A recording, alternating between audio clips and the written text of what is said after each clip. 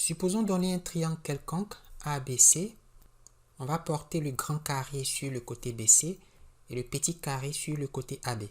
Appelons P le centre du petit carré et Q le centre du grand carré. Et notons enfin I le milieu du segment AC.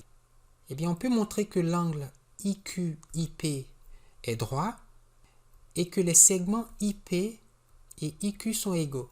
Autrement dit, le triangle PIQ est rectangle isocèle. Nous allons essayer d'établir ce résultat remarquable au moyen des nombres complexes. Alors, quelques rappels sur les nombres complexes. Ils ont la forme générale A plus IB. On appelle A la partie réelle du nombre complexe Z et B la partie imaginaire de Z. Et bien sûr, I est le nombre imaginaire dont le carré vaut -1. Alors, si on se place dans le plan muni d'un repère orthonormé OIJ, j'appelle OX l'axe des abscisses et OY l'axe des ordonnées. Cet axe OX est aussi l'axe de représentation de la partie réelle du nombre complexe Z et OY est l'axe de représentation de la partie imaginaire. N'est-ce pas? Donc, im de Z et partie réelle de Z. Sur l'axe des abscisses, je porte une unité. Et sur l'axe des ordonnées, qui est l'axe des imaginaires purs, l'unité, c'est 1 fois I.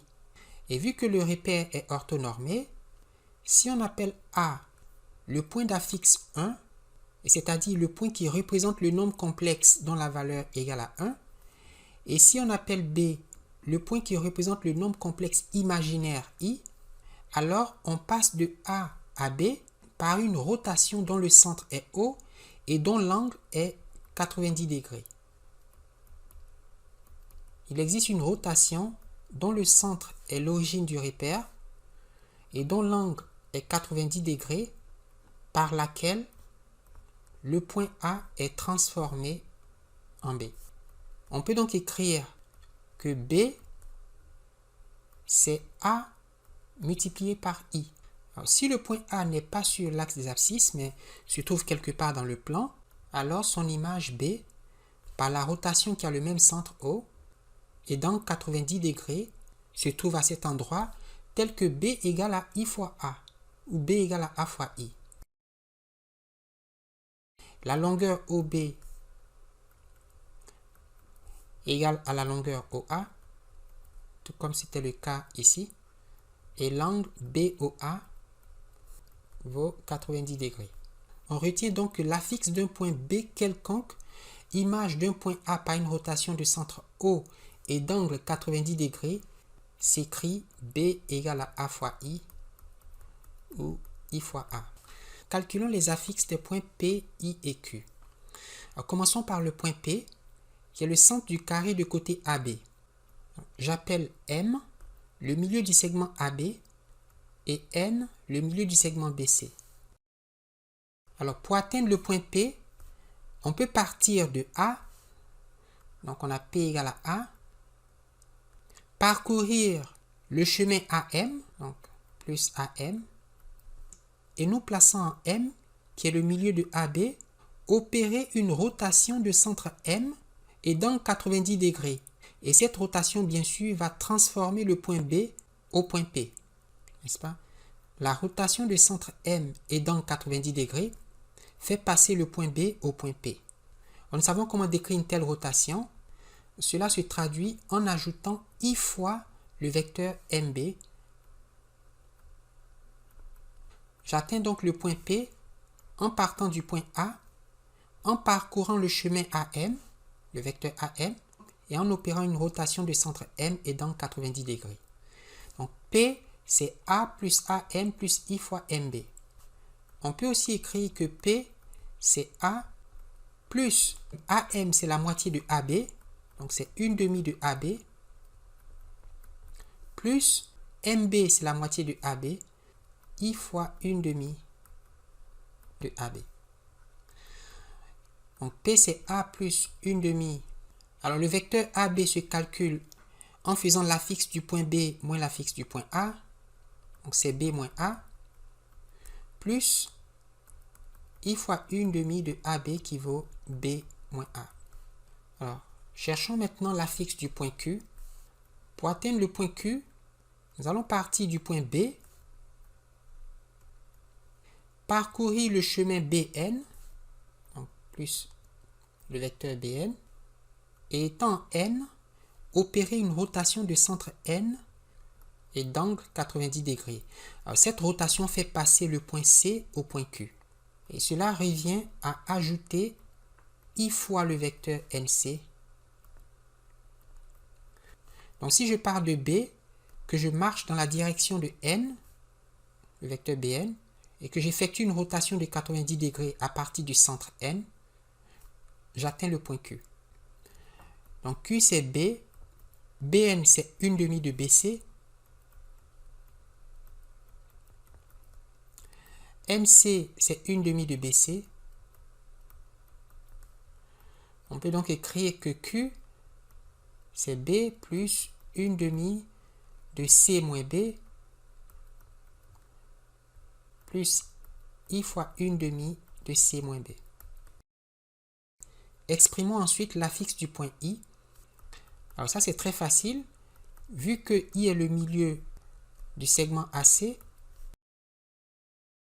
on trouve l'affixe de I en faisant la demi-somme des affixes des points A et C. I c'est A plus C divisé par 2. Pour montrer que le triangle PIQ est rectangle et isocèle au sommet I, il nous suffit de montrer que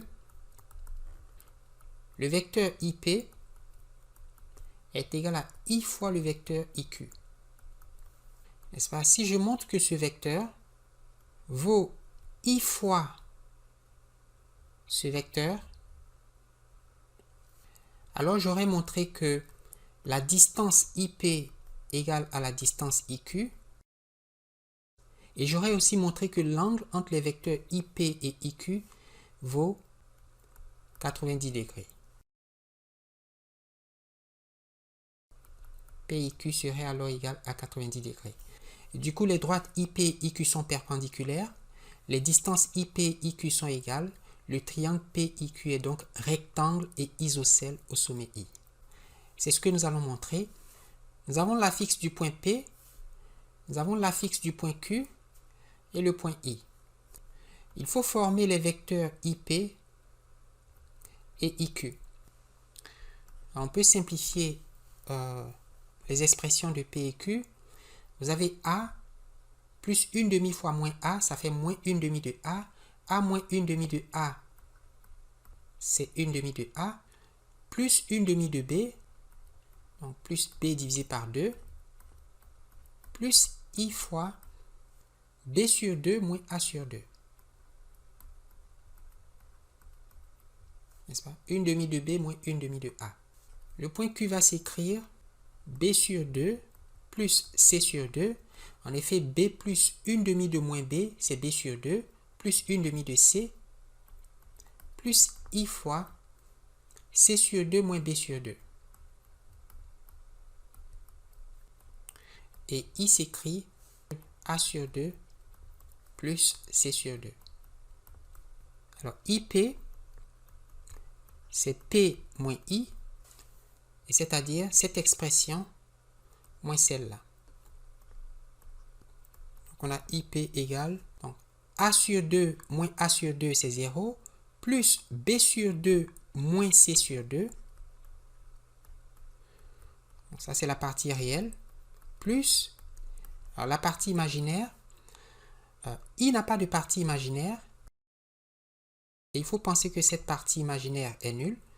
Donc, B sur 2 moins A sur 2 moins 0, c'est B sur 2 moins A sur 2.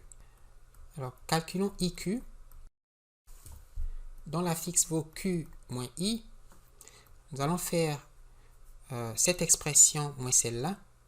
Donc, j'ai B sur 2 plus C sur 2 moins A sur 2 plus C sur 2.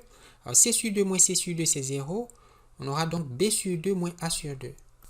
Dans la partie réelle, on a donc B sur 2 moins A sur 2. Et dans la partie imaginaire, on a C sur 2 moins B sur 2 moins 0. C sur 2 moins B sur 2. Alors, on veut montrer que IP, c'est I fois IQ. Formons donc la quantité I fois IQ. Multiplions le vecteur IQ par I et voyons si l'expression trouvée coïncide avec celle de IP. Alors, IQ égale à I fois B sur 2 moins A sur 2, plus I fois I, c'est I au carré, C sur 2 moins B sur 2. Mais I au carré, c'est moins 1. Donc, j'ai moins 1 fois C sur 2 moins B sur 2. B sur 2 moins C sur 2 plus I fois B sur 2 moins A sur 2. Le vecteur IP, c'est I fois le vecteur IQ, ce qui signifie que les droites IP et IQ sont perpendiculaires au point I et aussi que les distances IP et IQ sont égales. Le triangle IPQ est isocèle en I et rectangle en I. C'est donc un triangle rectangle isocèle au sommet I.